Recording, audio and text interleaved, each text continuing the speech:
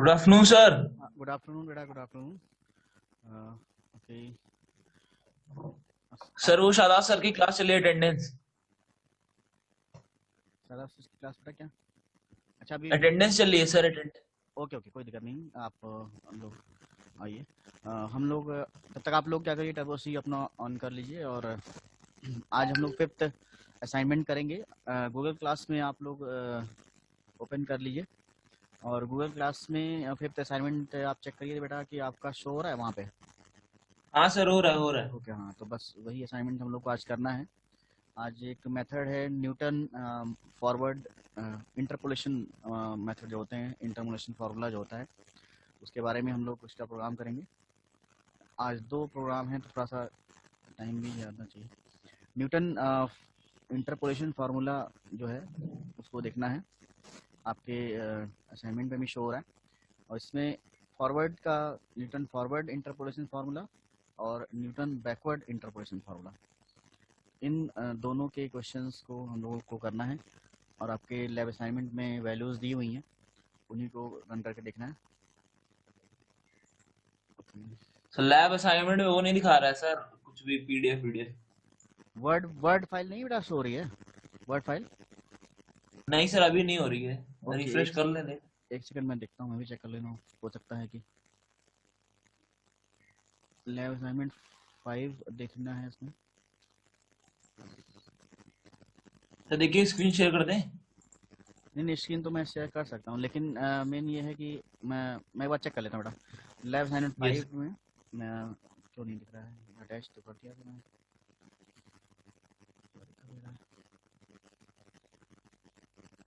जब तक लोग आ रहे हैं तब तक मैं चेक कर लेता हूँ।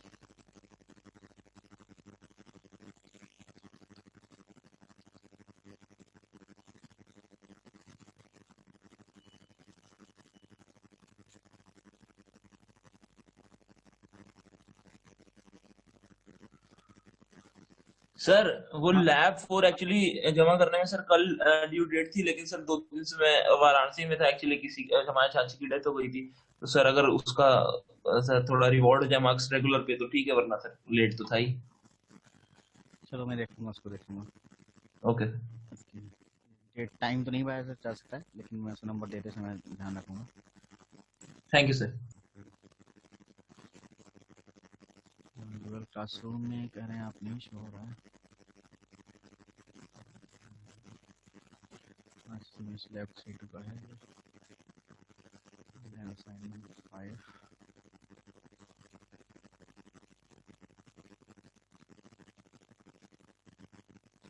ओके, असाइनमेंट इसमें नहीं शो हो रहा है। इसमें ऐड नहीं हुआ।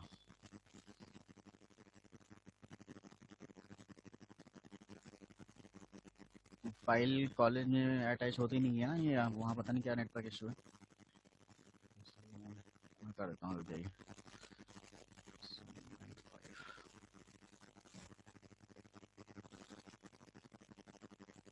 एक बार रिफ्रेश करके देखना, आ गया है लैब असाइनमेंट 5।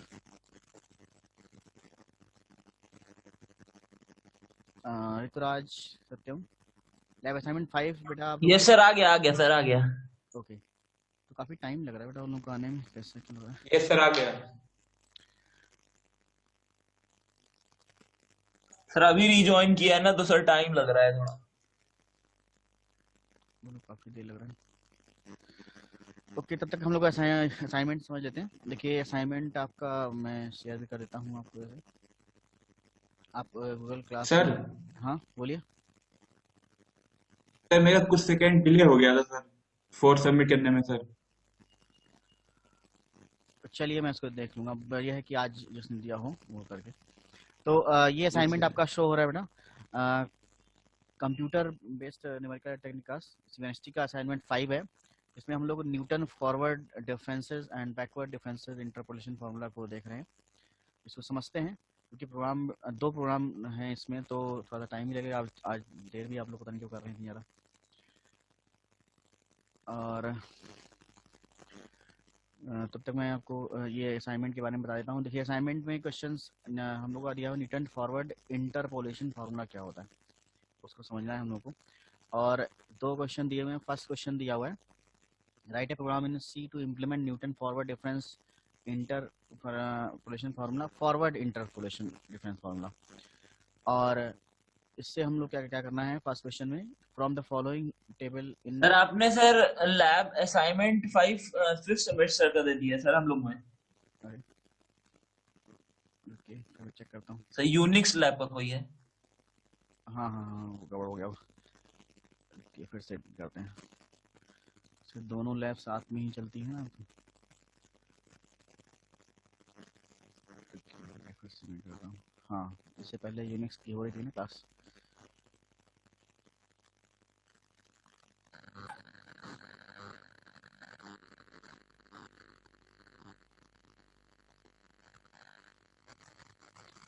अब एक बार चेक करिए आप,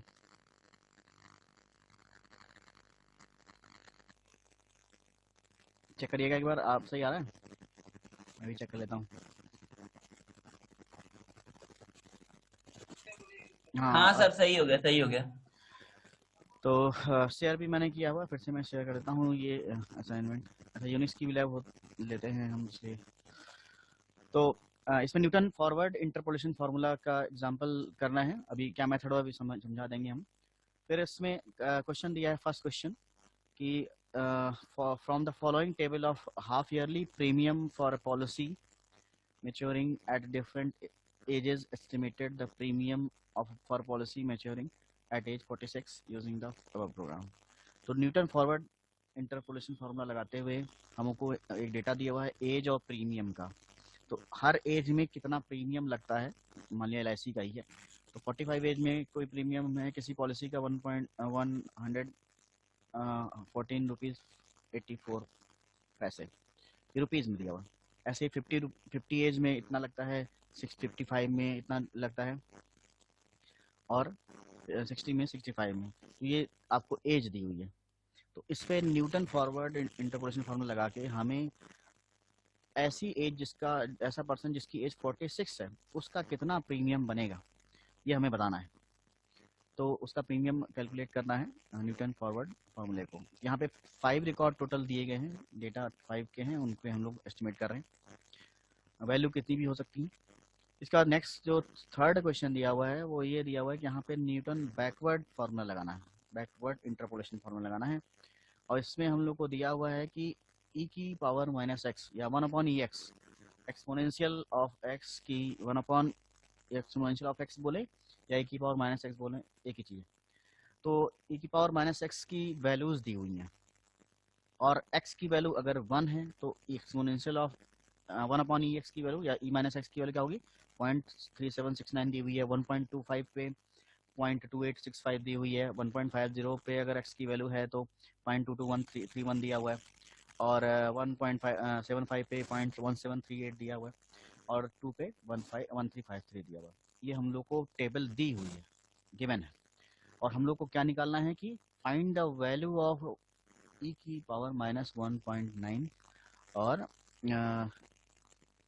की वैल्यू फाइंड करनी, मतलब उस पे एक्सपोनेंशियल की वैल्यू निकालनी है। पहले वाले में 46 एज पे प्रीमियम निकालना है फॉरवर्ड लगा के, दूसरे वाले में x की वैल्यू अगर 1.9 है, माइनस नहीं कहेंगे क्योंकि 1 कह देंगे, इस बना देते हैं इसको। तो ये 1.9 है तो उसकी वैल्यू पे e की पावर 1/ex की वैल्यू क्या होगी ये निकालना है, ठीक है। तो ये हमारा लैब असाइनमेंट है आज का, जो आपको गूगल क्लास में सभी को डिस्प्ले हो रहा है। आप जो लोग बाद में आए हैं, आज हम लोग न्यूटन इंटरपोलेशन फार्मूला कर रहे हैं और उसके बारे में समझते हैं। उसमें 2 क्वेश्चन दिए हुए हैं आपको गूगल क्लास असाइनमेंट 4 में दिखाई, सॉरी 5 में दिखाई पड़ रहे हैं। आप उसको ओपन कर लीजिए असाइनमेंट को, क्योंकि वैल्यूज़ वहीं से मिलेंगी आपको। और उसमें फॉरवर्ड इंटरपोलेशन फार्मूला और बैकवर्ड इंटरपोलेशन फार्मूला देखना है। अब हम लोग पहले कॉन्सेप्ट को समझ लेते हैं कि क्या होता क्या है। तो न्यूटन फॉरवर्ड इंटरपोलेशन फार्मूला पहले समझाने के लिए मैं आपको थोड़ा सा बताता हूँ। आपने किया होगा उसमें सब्जेक्ट में, तो एक PDF शो हो रही है, यहाँ पे आपको दिख रहा है न्यूटन फॉरवर्ड और बैकवर्ड इंटरपोलेशन होता क्या है।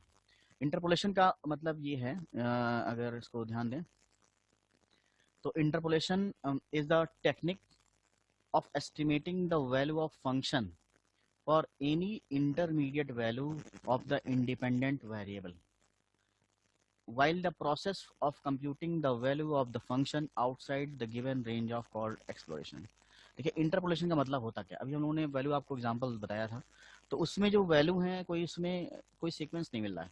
जैसे आपने एज का एग्जांपल लीजिए, पहला एग्जांपल दिया हुआ है आपको कि 45 पे वैल्यू दी हुई है, प्रीमियम दिया हुआ है, फिर 50 पे प्रीमियम दिया हुआ है, 55 पे दिया हुआ है, 60 पे दिया, 65 पे दिया आपके असाइनमेंट। तो वैल्यूज जो है उनमें कोई रिलेशनशिप नहीं है, जो भी एज है उसमें किसी तरह का इक्वल डिफरेंस नहीं है, डिफरेंस अलग अलग है, अलग अलग डिफरेंसेस हैं from value x2 and x1। जैसे कि आप 50 लें तो 45 मतलब 5 का डिफरेंस दिखाई पड़ा है, 55 लें 5, 60 ऐसे के इक्वल डिफरेंस दिखा। तो अगर इनमें वैल्यूज होती हैं और उनमें जो हमें रिजल्ट फंक्शन पे आता है उनमें कोई आपका एग्जाम क्वेश्चन में भी दिया हुआ है कि interpolation is the technique of estimating the value of a function for any intermediate value. किसी भी वैल्यू पे हम जो फंक्शन की वैल्यू निकालते हैं और जो कि इंटरमीडिएट वैल्यू होती है गिवन फंक्शन, जो भी वैल्यूज दी हुई हैं उनमें कोई भी हम बीच की वैल्यू को अगर एज्यूम करें तो एज्यूम करने के बाद इंटरपोलेशन जो होता है वो उसका जो एस्टिमेटेड वैल्यू होती है वो निकालने के लिए यूज किया जाता है। तो interpolation is the technique of estimating the value of a function for any intermediate value of the independent variable. Independent variable यहाँ पे जो एज है प्रीमियम है इंडिपेंडेंट है, यहाँ पे कोई डिपेंडेंस नहीं। इसी तरह से आपका x की वैल्यू e की पावर माइनस एक्स, ये भी तो इंडिपेंडेंट वेरिएबल में निकलता है। While the process of computing the value function outside the given range, अगर हम रेंज से बाहर जा रहे हैं, जैसे कि यहाँ पे 45 से 65 की एज दी हुई है, तो हमसे पूछा गया कि 46 एज पे क्या आएगा प्रीमियम, मतलब हम लोग 45 से 65 की रेंज के अंदर ही वैल्यू को देख रहे हैं, एस्टिमेट करेंगे फॉरवर्ड से। तो जब विद इन द रेंज चलते हैं तो उसको इंटरपोलेशन बोलते हैं, जब आउटसाइड द रेंज चलते हैं तो उसको एक्स्ट्रा पोलेशन बोलते हैं। यहाँ पे इंटरपोलेशन का मतलब वर्ड का मीनिंग क्या हुआ कि जब हम लोग को कोई जो वैल्यूज दी हुई हैं उसकी रेंज के अंदर की किसी वैल्यू पर जब वैल्यू निकाली जाती है। यहाँ पे जैसे 45, 50, 55, 60, 65 पे वैल्यूज दी हुई हैं, उस पे हमें डेटा दिया हुआ है टेबल फॉर्मेट में, और हमसे पूछा गया है 46 हमारा 45 और 50 के बीच में। ऐसे ही 55 पे निकाल सकते हैं, 62 पे निकाल सकते हैं, 64 पे निकाल सकते हैं, लेकिन 65 के अंदर, 45 से 65 के अंदर तक ही हमें वैल्यू निकालनी है, तो वो इंटरपोलेशन होता है। ऐसे ही नीचे दूसरे वाले एग्जाम्पल में आएगा, तो वही चीज दी हुई। अब फॉरवर्ड डिफरेंस और बैकवर्ड डिफरेंस देखते हैं। फॉरवर्ड डिफरेंस फॉर्मूला होता है और बैकवर्ड डिफरेंस फॉर्मूला होता है। फॉरवर्ड डिफरेंस द डिफरेंसेस, अब डिफरेंसेस क्या है, नीचे टेबल आपके सामने दी हुई है, फॉरवर्ड टेबल बनी हुई है, ये आपको जैसे रिवाइज भी कर हो सकता है कि आपने किया हो। तो यहाँ पे देखिए x की वैल्यू दी हुई है कॉलम में, x0 दिया हुआ है, x1 दिया हुआ है, x2 दिया है, x3, x4 दिया है ना। तो ये क्या है, जैसे आप एग्जाम्पल को भी कंपेयर करते चलिए, हमारा एज 45 है, मान लिया x0 है, एज 50 है, x1 है, एज 55 है, x2 है, एज आपका 60 है, x3 है, एज आपका 65 है, x4। तो ये आपकी वैल्यूज जो है वो x की वैल्यू हो गई, और ये जो वैल्यूज हैं इनमें डिफरेंस भी कुछ आ रहा है। तो जो डिफरेंस आ रहा है, जो इंक्रीमेंट आ रहा है, जैसे 45 से 50 के बीच में 5 का डिफरेंस है, तो ये क्या हो गया, h हो गया। h क्या है, डिफरेंस कहलाता है। और इसी तरह से देखिए x1 equal to x0 plus h लिखा हुआ है, देखिए x2 equal to x0 plus 2h, x3 equal to x0 plus 3h। ठीक है, जैसे आप अपने एग्जांपल को ही अगर कंपेयर करें तो 45 और 50, मान लिया x0 50 है और x0 45 है और x1 50 है, तो उसमें क्या डिफरेंस है, h कितना है, 5 है।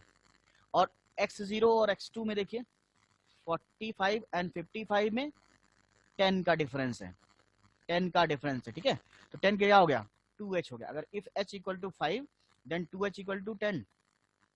ठीक है, इसीलिए x2 क्या लिखा हुआ है, x0 प्लस 2h लिखा हुआ है। इसी तरह से x3 अगर एग्जांपल में देखिए 55 दिया हुआ है, 55 और 45 में कितना डिफरेंस है, 15 का डिफरेंस है, जो कि 3h है इफ h इक्वल टू 5 हमारे इस एग्जांपल के केस में। ये आपका x3 हो गया। x4 क्या है, 60 है, 45 और 60 के बीच में कितना हुआ, 4h का डिफरेंस हो गया। ऐसे ही आपका एक्स 45 एंड 65 के बीच में 5h का डिफरेंस होगा। मतलब कि एक इक्वल डिफरेंस आता है हर एक्स की वैल्यू पे। तो वही इसी चीज को हम लोगों ने यहाँ लिखा हुआ है कि y1 minus y0, y2 minus y1, y3 minus y2, ये आपका निकलता रहता है and so on yn up to the yn minus 1। अपने प्रेडिसेसर से ये निकालते रहते हैं। इसके साथ साथ एक चीज और निकाली जाती है कि व्हेन डिनोटेड बाय द अब डेल्टा वाई क्या होता है, डेल्टा निकालना होता है, dy0, dy1, dy2, dyn minus 1, ये निकालते हैं, डिफरेंसेस निकालते हैं, जिस और इसी को हम लोग क्या कहते हैं, फर्स्ट फॉरवर्ड डिफरेंस बोलते हैं। इसीलिए इसका नाम न्यूटन फॉरवर्ड डिफरेंस है। और इसीलिए आपका ये टेबल देखिए लिखा हुआ है न्यूटन क्या फॉरवर्ड इंटरपोलेशन फार्मूला, आपका ये टेबल बनी हुई है। अभी टेबल के फॉर्म में आउटपुट भी आएगा। x0 दिया हुआ है, y0 दिया हुआ हमारे क्वेश्चन में, x0, y0, x1, y1, x2, y3, ये सब दिया हो रहेगा। जो हमारी टेबल दी हुई है अपने आपके एग्जामिन में, वो यही x0, y0 की वैल्यूज हैं, उसको टेबल में लिख देते हैं। फिर हम लोग डेल्टा y निकालते हैं। डेल्टा y कैसे निकलता है, डेल्टा y निकलने के लिए मतलब फर्स्ट डिफरेंस, पहली बार डिफरेंस निकाला तो देखिए डेल्टा y0 क्या होता है, y1 minus y0, y1 minus y0, उसके बाद डेल्टा y0 है। इसी तरह से डेल्टा y1 है, डेल्टा y2 है, डेल्टा y3 है, डेल्टा y4 है, ये फर्स्ट डिफरेंस आ जाता है। इसके बाद सेकंड डिफरेंस क्या होगा, डेल्टा स्क्वायर y, ये आपका delta y1 minus delta y0 हो जाता है, तो डेल्टा y0 हो गया। इसी तरह से आपका delta y2 minus delta y1 हो जाएगा, तो डेल्टा स्क्वायर y1 हो जाएगा। और delta y3 minus delta y2 हो जाएगा, तो डेल्टा स्क्वायर y2 हो जाएगा। इसी तरह से जब थर्ड डिफरेंस निकालेंगे तो क्या हो जाएगा, delta y1 minus delta square y1 minus delta square y0, ये क्या हो जाएगा, डेल्टा 3y0। इस तरह से डिफरेंसेस फॉर्मूला निकालते हैं, क्योंकि हम लोग फॉरवर्ड की तरफ अप्रोच कर रहे हैं, इसीलिए इसको फॉरवर्ड डिफरेंस फॉर्मूला बोलते हैं। तो ये आपकी टेबल है आपके न्यूटन फॉरवर्ड डिफरेंस फार्मूला की। एग्जांपल हम लोग अभी करेंगे रन करके। एक एग्जांपल यहाँ पे दिया भी हुआ है कि जैसे कि कोई भी फंक्शन हो सकता है। यहाँ पे 45 मान लिया एक्स की वैल्यू, ये x0 की वैल्यू 45 है, फिर 50 है, फिर 55, 60 है, फिर इनकी वैल्यूज निकाली हुई हैं। फिर इस पर हम लोग फार्मूला लगाते हैं। ये देखिए x0 यहाँ पे उतार दिया, ये जो ये लिखा हुआ है थीटा दिया हुआ है, ये एक्स है, इसको हमने पहले कॉलम में निकाला है। फिर y क्या हो जाएगा, ये जो दिया हुआ है नीचे वाला साइन थीटा की वैल्यू हमारे y में लिख दी गई। फिर हमने क्या निकाला, डेल्टा निकाला हुआ है, तो डेल्टा y निकाला है, क्या होगा उसको हम लोग डिफरेंस निकालेंगे। डिफरेंस क्या होता है, अब देखिए 7660 माइनस 7071 क्या आएगा, 589 आएगा। ठीक है, तो ये 589 क्या है, डेल्टा 1y है ये। इसी तरह से बाकी सबका निकलेगा। 8192 में 760 निकालेंगे तो ये माइनस करेंगे तो ये 532 आ जाएगा, तो ये डेल्टा 1 हो जाएगा। डेल्टा स्क्वायर में क्या हो जाएगा, ये आपका 532 माइनस 589 होगा, क्योंकि स्मॉल से जब कैपिटल मतलब स्मॉल से जब हायर घटाएंगे तो वो निगेटिव वैल्यू हो जाती है, तो यहाँ पर निगेटिव वैल्यू आ रही है। इस तरह से ये आता रहता है और फॉरवर्ड फॉर्मूला आपका बढ़ता रहता है। अब बैकवर्ड फार्मूला क्या होता है, बैकवर्ड फार्मूला समझ जाते हैं। बैकवर्ड फार्मूला में रिवर्स ऑर्डर में चीजें बढ़ती हैं। यहाँ पे देखिए y1 minus y0, y2 minus y1 है, yn माइनस y होता है, और जो डिनोट जो भी इसके डिफरेंसेस हैं वो delta y1 delta y2 represent किए जाते हैं, ये लिखे हुए। क्योंकि डेल्टा का सिंबल नहीं हम लोग बना सकते हैं, तो यहाँ पे d लिखा हुआ है कंप्यूटर के फॉर्मेट में, d एक वेरिएबल ले लिया है, और इसको बैकवर्ड फार्मूला कहते हैं। यहाँ पे देखिए डेल्टा का साइन रिवर्स हो गया है। अगर आप ध्यान दिए, ये ऊपर की तरफ ट्रायंगल बना हुआ है, ये फॉरवर्ड है, और जो नीचे की तरफ ट्रायंगल बना हुआ है वो बैकवर्ड है। तो बैकवर्ड फार्मूले में क्या है, x1 की वैल्यू x0 प्लस h, ये तो वही हो गया सिंपल, y0 हो गया। लेकिन यहाँ पे कि डेल्टा y1 कैसे निकालने हैं, डेल्टा y1 कैसे निकालने हैं, y0 माइनस y1 से निकालते हैं। y0 माइनस y1 से वैल्यू निकाली जा रही है। जैसे यहाँ पे एग्जाम्पल में देखिए, इस एग्जाम्पल को 46 माइनस 66, तो 66 माइनस 46 होगा, तो ये आपका डेल्टा y क्या हो जाएगा, ये इधर से आपका डिफरेंसेस, तो डिफरेंस में तो आपका वही होगा, डिफरेंस का फॉर्मूला तो y1 माइनस y0 ही होगा। तो यहाँ 20 आ गया, 81 माइनस 66 15 हो गया, 93 माइनस 81 12 हो गया, और ये आपका जो भी दिया है 101 माइनस 93 8 हो गया। लेकिन यहाँ पे जो वैल्यू ली जा रही है वो बैकवर्ड से नीचे से ली जा रही है, और वहाँ से ये डाउनवर्ड से ली जा रही है। तो ये फॉरवर्ड है, ये बैकवर्ड है आपका। इतना हम लोग को न्यूमेरिकल नहीं करना है, लेकिन इसको इस तरह से देख सकते हैं, और बाकी डिटेल बाद में देख लेंगे। इतना आपका था मेनली कॉन्सेप्ट। अब हम लोग मेन प्रोग्रामिंग पे आते हैं, कैसे रन करेंगे उसके प्रोग्राम को हम लोग देखते हैं। पहले फॉरवर्ड का फॉर्मूला रन करा समझा देते हैं, आपको रन करा देते हैं। देखिए शेयर कर देता हूँ अगर है।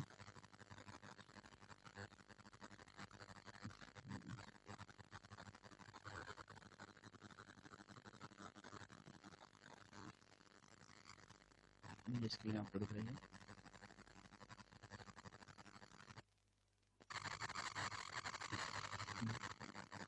पहले प्रोग्राम समझ लीजिए पहले बड़े में, तो फिर रन करते हैं। ये आपको प्रोग्राम दिख रहा है, थोड़ा सा बड़ा प्रोग्राम है। यहाँ पे वही सिंपल फंक्शन बनाया, क्योंकि हमें एरे फॉर्मेट पे डेटा देना है तो एरे बना लिया, 2 डायमेंशनल एरे। फर्स्ट जो है हमने क्या किया है यहाँ पे कि आपसे टर्म पूछा है कितने डेटा चाहिए।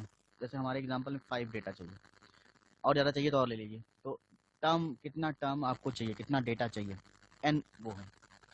फिर हमने क्या किया है कि x और y की वैल्यू यूज़र से इनपुट करवाई है, x और y की वैल्यू यूज़र से इनपुट कराई है।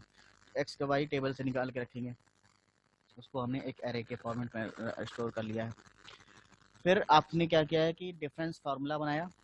इसमें जैसे क्या हुआ है कि आपका एरे में सजोसी, जैसे मैंने बताया था अभी कि वो y0 माइनस y1 हो रहा है। तो हर ईच एंड एवरी वैल्यू, हर वैल्यू जो एरे की है वो अपनी प्रेडिसेसर से सब्ट्रैक्ट हो रही है। तो उसको एक एरे में स्टोर कर लिया। देखिए जो नेक्स्ट वैल्यू है ai+1 और aj-1, इसको सब्ट्रैक्ट किया गया है, डिफरेंस टेबल बनाई गई है। और डिफरेंस टेबल बनाने के बाद इसको स्टोर किया गया है। फिर इसमें यहाँ पे हमने प्रिंटिंग की है, और फैक्टोरियल फैक्टोरियल नहीं है, फंक्शन है। तो जो फंक्शन है ये बनाया था int n, ये इसको आपको मल्टीप्लाई करके शो कर रहा है। तो इसका एग्जीक्यूशन देखते हैं, मैं इसको भी शेयर करता हूँ।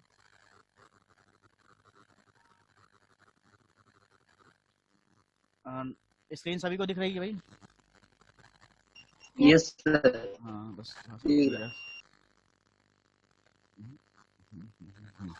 ठीक है। यहाँ से यहाँ थोड़ा ज़्यादा क्लियर होगा। ये तो सारी वही चीज़ें हैं।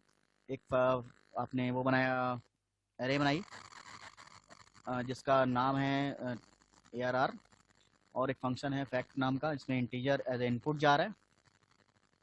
फिर आपने क्या करना है कि ये सारे वेरिएबल्स हैं।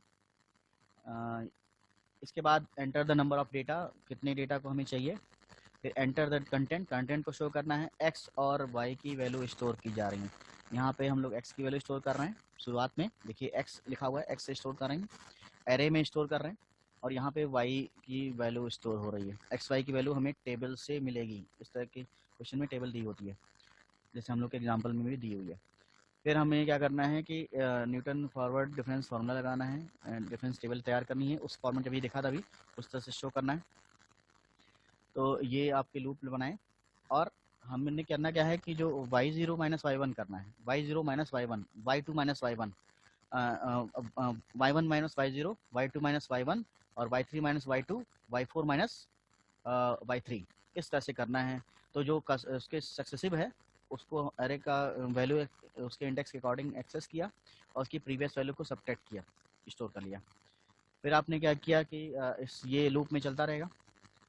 फिर डिफरेंस टेबल को जनरेट किया, प्रिंट किया। हमें y की वैल्यू प्रिंट करनी है, हमें x की वैल्यू प्रिंट करनी है। उसमें डेल्टा y की वैल्यू, डेल्टा y यहाँ पे dy लिखा हुआ, तो dy की वैल्यू प्रिंट करनी है। ये सब टेबल फॉर्मेट में प्रिंट हो जाएगा। यहाँ पे अब हम लोग क्या कर रहे हैं, यहाँ पे ये पूछ रहे हैं कि जैसे जो आपसे क्वेश्चन में पूछा गया है कि जो हम लोग को टेबल दी थी, मैंने बताया था कि आपको असाइनमेंट अगर आप देखिए वहाँ पे लैब असाइनमेंट 5 में, तो एक टेबल दी हुई है जिसमें न्यूटन फॉरवर्ड फार्मूला लगाना है। ये फॉरवर्ड डिफरेंस फार्मूला, कि न्यूटन फॉरवर्ड डिफरेंस फार्मूले के अंदर में हमें एक कॉन्सेप्ट दिया हुआ है कि अगर हम लोग के पास 5% की एज दी हुई है और उनका प्रीमियम दिया हुआ है, तो हमें एक पर्टिकुलर एज पे प्रीमियम निकालना है न्यूटन फॉरवर्ड फार्मूले का यूज़ करके। तो हमारे पास दिया है 45 पे दिया है एज, दी प्रीमियम दिया हुआ है 45 अगर एज है आपकी, तो उसमें प्रीमियम 114.84 दिया हुआ है। अगर आप असाइनमेंट में देखिए इसमें फिर 50 दिया हुआ है तो 96.16 दिया हुआ है, फिर 55 दिया हुआ है तो 83.32 दिया हुआ है, फिर 60 दिया हुआ है तो 74.48 दिया हुआ है, 65 पे 68.48 दिया हुआ है। ये सब हमें दे रखा है। ये सारी क्या है हमारी एज जो लिखी हुई है वो x0 हमारा 45 हो गया, x1 50 हो गया, x2 55 हो गया, x3 60 हो गया, x4 65 हो गया।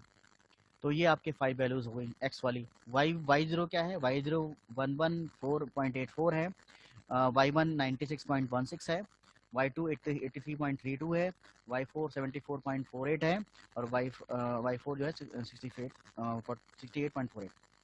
तो ये वैल्यूज हो जाएंगी। इसमें हमें वो फार्मूला लगाना है y1 माइनस y0 वाला, और उसको निकालना है। और हमें एक और चीज़ पूछी है, देखिए यहाँ पे कि x की वैल्यू पूछी है, किस x पे आपको y चाहिए। हमने इंटरपोलेशन में क्या देखा था कि within the range, if we find within the range any value we get the specified value. तो x की वैल्यू 46 पे हमें आंसर निकालना है। ये हमारे क्वेश्चन में दिया हुआ है। अब लिखा हुआ है कि यहाँ पे कि premium policy maturing at the age 46 निकालनी है। तो ये हमारा प्रॉब्लम हो गई। और यहाँ पे फिर वो आपका फंक्शन जो आपका मल्टीप्लिकेशन उसके लिए हो रहा है, रन करके देखते हैं इसको।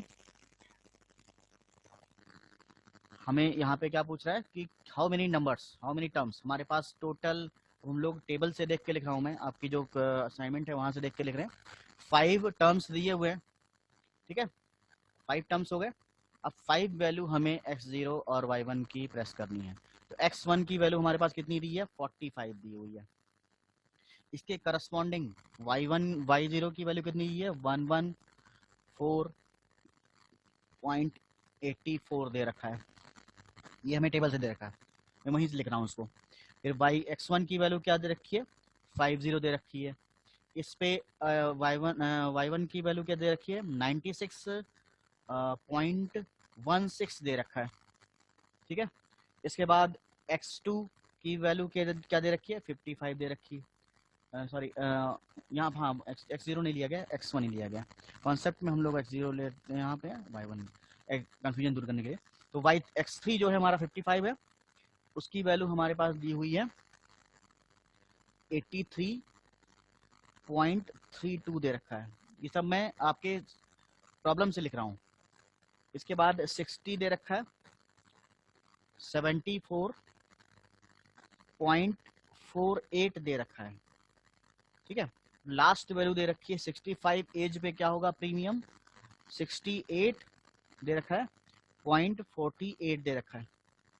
तो ये हमारी सारी वैल्यूज हैं आपका, जिसमें कि ये सब दे रखा है कि 45 पे 114.84 दिया है, 50 पे 96.16 दे रखा है, 55 पे 83.32 दे रखा है, 60 पे 74.48 दे रखा है, और 65 पे 68.48 दे रखा है।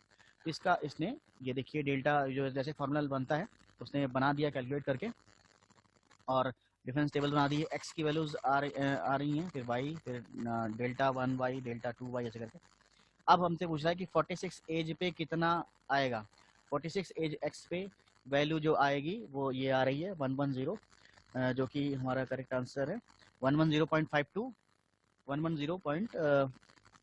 100 आ रही, 100 आ रही, सॉरी वो तो फ्लोट में दिया हुआ। तो 100 जो वैल्यू है वो 46 एज पे प्रीमियम जो बनेगा वो 100 का बन रहा है।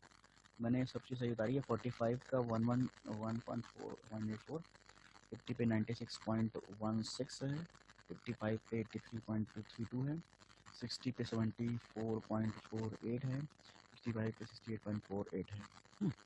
तो इस तरह से ये फॉरवर्ड का फॉर्मूला रन होता है, ठीक है।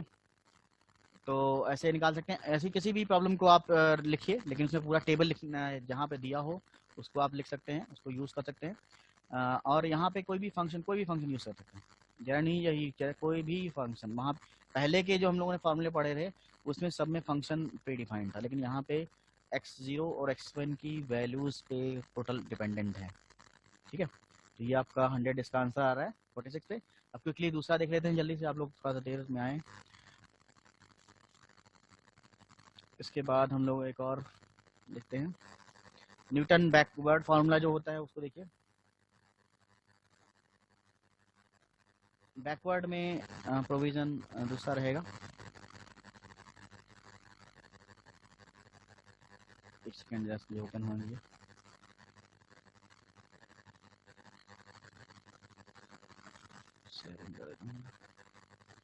न्यूटन बैकवर्ड का कॉन्सेप्ट भी लगभग वही है, बस फर्स्ट चेंज है। यहाँ पे वही फंक्शन बनाए, फिर आपने यहाँ पे ये चीज़ें स्टोर कराई, x y x zero x one y one की वैल्यू स्टोर कराई हैं, फिर आपने इसको शो किया। लेकिन ये जो फार्मूला यहाँ पे जो डिफरेंस का था वो चेंज किया है, ठीक है। तो इसको हम लोग क्विकली जरा रन करके देख लेते हैं। एक सेकेंड ऐसा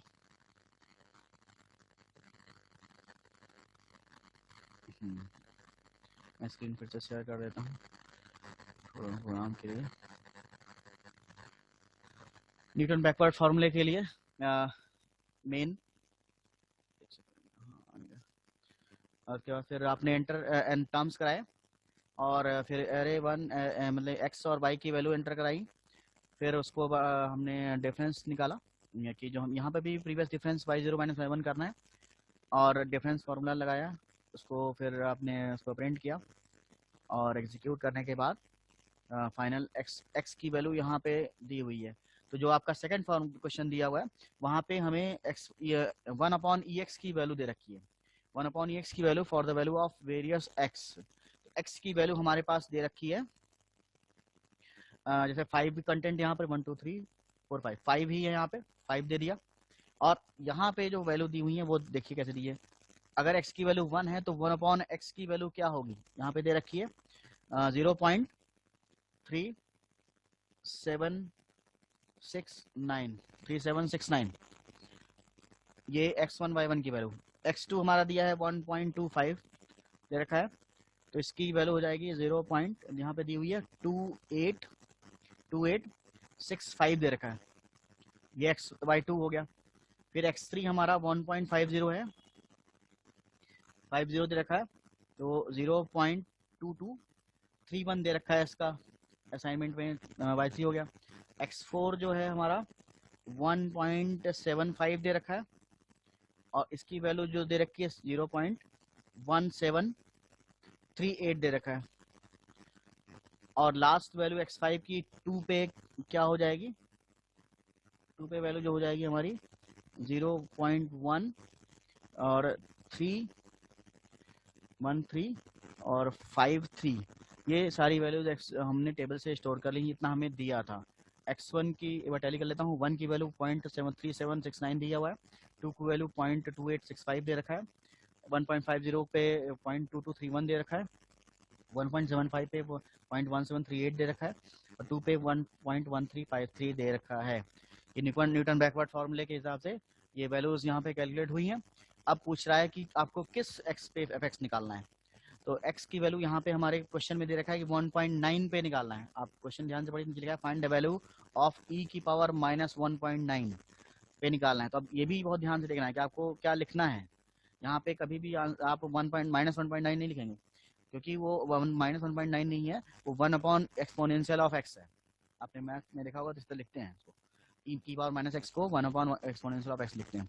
तो यहाँ पे 1.9 लिखा जाएगा और उसका जो आंसर है आपका जो fx आएगा 0.135300 आएगा।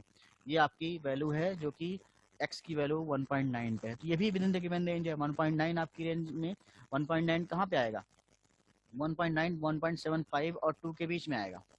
तो ये इंटरपोलेशन ही बताता है कि आपको विद इन द रेंज आपको वैल्यू निकालनी है। आउटसाइड द रेंज वैल्यू निकालने के लिए वो एक्स्ट्रापोलेशन होता है। तो लेकिन यहाँ पे जो बैकवर्ड फार्मूले से हिसाब से बना हुआ है, तो ये बैकवर्ड फार्मूला है, पहले हम लोगों ने फॉरवर्ड किया था तो फॉरवर्ड से किया हुआ है, ठीक है। इस तरह से प्रॉपर आउटपुट, क्वेश्चन में किस तरह का आउटपुट कैसे हम लोग लिखना है ये भी बहुत जरूरी है। गलत इनपुट देने पे गलत आउटपुट आने लगेंगे, ठीक है। तो ये मुझे लगता है यहाँ तक आपको क्लियर हो चुका होगा सभी को। दोनों क्वेश्चन के आंसर क्लियर हैं, कैसे क्या इनपुट कर रहे हैं क्या नहीं कर रहे हैं। स्क्रीन तो शो हो रही थी सभी को? Yes sir. ओके, हाँ समझ आ गया। ओके, तो ये मैं अभी आपको गूगल क्लास में भी दे देता हूँ। इस तरह से आपको करना है। इसमें जल्दबाजी नहीं करनी है, जो भी जैसे बहुत धीरे धीरे मैं इनपुट लग रहा था, अगर एक भी पॉइंट आपने गलत इनपुट लिखा तो आंसर गलत आ जाएगा, क्योंकि हमें सारे एक्स निकालने हैं, सारे वाई लिखने हैं। तो इसका जो डन कराइएगा तो वहाँ पे पहले आप करिएगा कि इसको स्टोर कर लीजिएगा, सही से प्रोग्राम रन करिए, फिर इसको आप इनपुट्स ध्यान से लीजिएगा, जल्दबाजी में नहीं दीजिएगा, क्योंकि फ्लोटिंग वैल्यूज होती हैं माइनट वैल्यू। अगर आपने 0.2 की जगह 0.4 लिख दिया तो आंसर चेंज हो जाएगा, क्योंकि ये रिपीटेटिव टास्क है, बार बार रिपीट उसको रिमूव कर रहा है। ओके, तो इसको मैं अभी शेयर कर देता हूँ। इसमें आपको थोड़ा सा लेंदी हो गया, 2 क्वेश्चन है आपके इसमें, और इसको हम लोग को करना है Newton forward Newton backward formula. और नेक्स्ट लैब में आप लोग का लैब मिडसम होगा। ये मैं 5 असाइनमेंट हो चुके हैं, तो लैब मिडसम में होना क्या है कि 5 लैब के जो एमसीक्यू बेस्ड क्वेश्चन होंगे 20 मार्क्स में, जिसमें हर लैब के 4 मार्क्स के क्वेश्चन आएंगे। ठीक है, तो अलग अलग लैब नहीं, मतलब टोटल, मतलब कि हर लैब का कंट्रीब्यूशन 4 मार्क्स का है, तो 20 मार्क्स का टोटल आपका है ये। ओके, सभी लोग लैब असाइनमेंट 4 और 5 कर लीजिए और उसको कंप्लीट कर लीजिएगा। ठीक है, सभी को क्लियर हो गया दोनों चीजें? Yes sir. हाँ, और yes tutorial, sir. Okay okay, thank you बेटा। ट्यूटोरियल 4 बेटा किसी ने आप लोगों ने सभी ने दिया है, वैष्णवी श्रीवास्तव। भाई आपको तो मैंने उस दिन भी मना किया था कि आज सबमिट करिए लैब में भी और ट्यूट में भी, फिर भी आपने नहीं दिया अभी। और अटेंडेंस भी आपकी उस दिन ऑफ हुई थी, आपको पता है, एब्सेंट लगे थे ट्यूटोरियल में। लैब असाइनमेंट 4 सबमिट करिए उसको तुरंत। आपने कहा जमा कर देंगे और जमा नहीं किया अभी तक। तुरंत अभी आज क्विकली सबमिट करिए, नहीं तो मैं उसके मार्क्स 0 कर दे रहा हूँ। अटेंडेंस में कब तक मैं आपकी ऑफ करता रहूँगा, जल्दी से उसको सबमिट करिए आज ही। और लैब असाइनमेंट सभी लोग कंप्लीट कर लीजिए अपने। ये याद लो, सब लोग याद रखिए कि किसी भी ऑप्शन, चाहे आपकी असाइनमेंट हो, चाहे ट्यूटोरियल हो, चाहे आपका लैब हो, कहीं पे मिसिंग में आपका नाम ना हो। मिसिंग में एकदम 0 चढ़ जाता है। अपने असाइनमेंट को जिस तरह जो भी करना है आपको, उसको सबमिट करिए।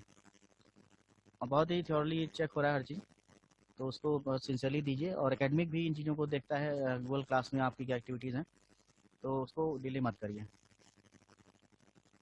ओके, तो ठीक है क्लास। आप लोग में किसी को वाइवा तो नहीं किया, तो कोई वाइवा देना तो नहीं है किसी को? पिछला वाला मुझे तो सभी का हो चुका है शायद। वैसे मैंने उसको क्लोज भी कर दिया, 1.1 से 3 तक का वाइवा अब हो चुका है, उसको दोबारा लेने की जरूरत नहीं है। और हम लोग 4, 5, 6 का वाइवा उसके बाद 6 के बाद लैब में लेंगे। ठीक है, तो नेक्स्ट लैब में आपका लैब मिडसम है। Be prepare for the all labs questions. MCQ based question होंगे, उसमें जो हम लोग पढ़ते हैं वही आप उसको देखेंगे। ठीक है,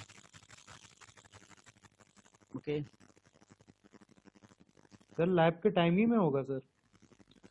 लैब की टाइमिंग अभी मुझे पूछना पड़ेगा, क्योंकि लैब के टाइम में लेना सही रहेगा कि या तो उस दिन हम लोग सुबह ही ले लें जैसे। क्यों सर? क्योंकि अब वो आधे घंटे फिर वेस्टेज हो जाएगा ना, पूरा वेट करना पड़ेगा। मैं पूछ लूँगा जैसे क्या हो, कैसे लोग कर रहे हैं, फर्स्ट टाइम ही लैब का हो रहा है। अगर अलग से होगा तो लिंक आपको शेयर हो जाएगा, वो कर लीजिएगा। लेकिन मैं ये सोचा था कि जैसे कि हम लोग के पास जैसे टाइम नहीं बचा हो, तो हम आप जैसे प्रियंसम भी है, तो अगर आप ये करें कि मैं लंच में 12 बजे के बाद अगर दे दूं, तो 12:45 के बीच में आप लोग उसको कर लीजिए। ठीक है, और लैब हम लोग अपने शेड्यूल टाइम पे कर लें, नेक्स्ट लैब। सर 12:45 तक तो सर वो होती है ना सर नहीं क्लास? नहीं, उसके बाद लंच, मतलब एक क्या कहते हैं उसको, लंच जो 12:45 के बाद, जो 12:45 से 1:45 तक होता है, तो मुश्किल आधे घंटे का ही ये टेस्ट है, पूरा 1 घंटे का नहीं है। तो आप 1 बजे से 1:30 बजे तक कर लीजिए इसको। सर खाने पीने का सर टाइम ही चला जाएगा। एक दिन की बात है ना, मेन देखिए इसमें अगर लैब में करेंगे तो उसमें आधे घंटे पूरा बेकार, मतलब वो हो जाएगा, और खाली ऐसे ओपन करके बैठना फायदा नहीं है। तो 1 से 1:30 बजे के बीच में अगर उसको कर लेते हैं, आप लंच पहले कर लीजिए 12 मतलब उसमें 12:45 से 1 बजे सर तक। क्लास के टाइम में? नहीं 12:45 से 1 सर आफ्टर लैब कर लीजिए इसमें। After lab. उसके हाँ बाद सर वो भी ठीक